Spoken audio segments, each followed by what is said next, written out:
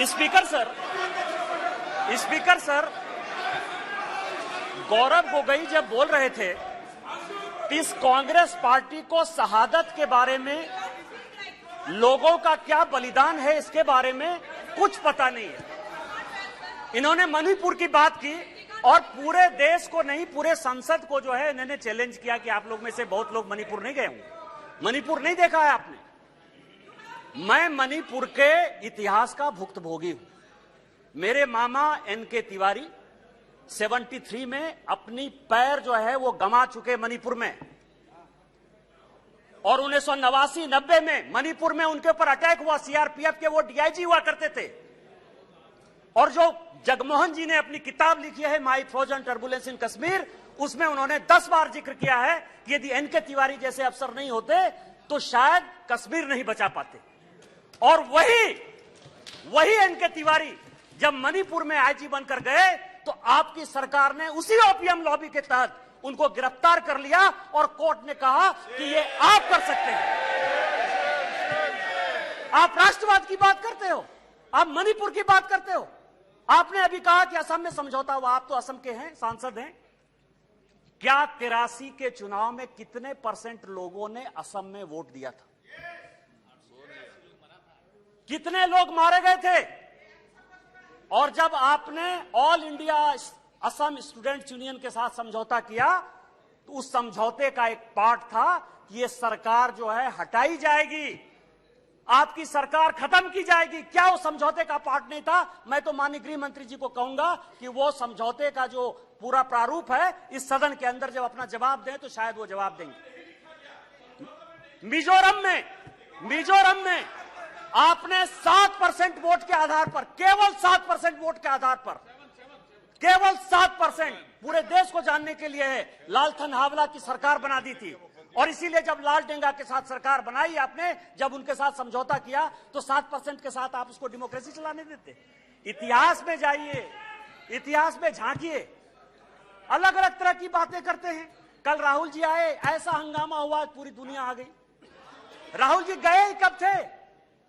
हम लोग भी यहां सारे सांसद बैठे हैं और उनको जानकारी होनी चाहिए कि हम जो है बजट सेशन में यहां आए थे, मार्च अप्रैल में यहां आए थे ना।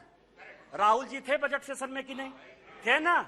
इसके बाद हम लोग मानसून सेशन में आए, राहुल जी हैं कि नहीं मानसून सेशन में? राहुल जी गए कहां थे, कहां गए थे, किस तरह की चर्चा है?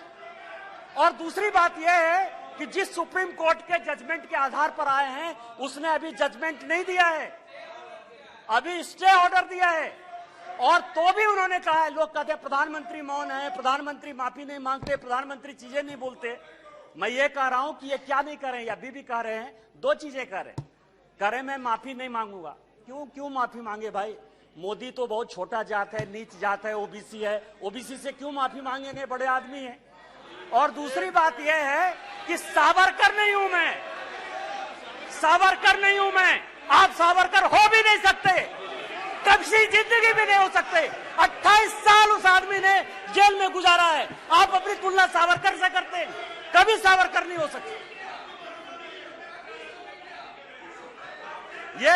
ये जो सवाल है सर, ये INDIA की बात करते हैं।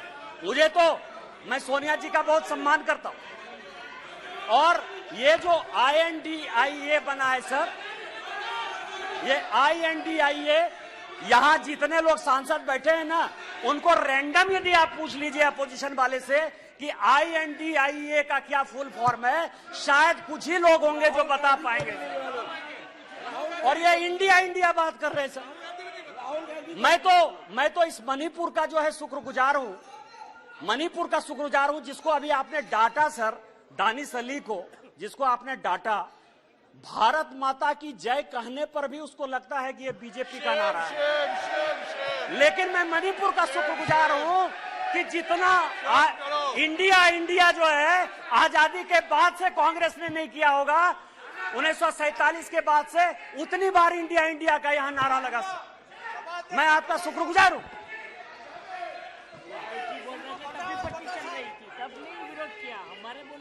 मेरे प्रधानमंत्री अध्यक्ष महोदय, मेरे प्रधानमंत्री एक बात कहते हैं कि ये अविश्वास प्रस्ताव नहीं, प्रधानमंत्री जी कहते हैं कि ये अविश्वास प्रस्ताव नहीं है, ये अपोजिशन में विश्वास प्रस्ताव है कि कौन अपोजिशन में कौन किसके साथ है।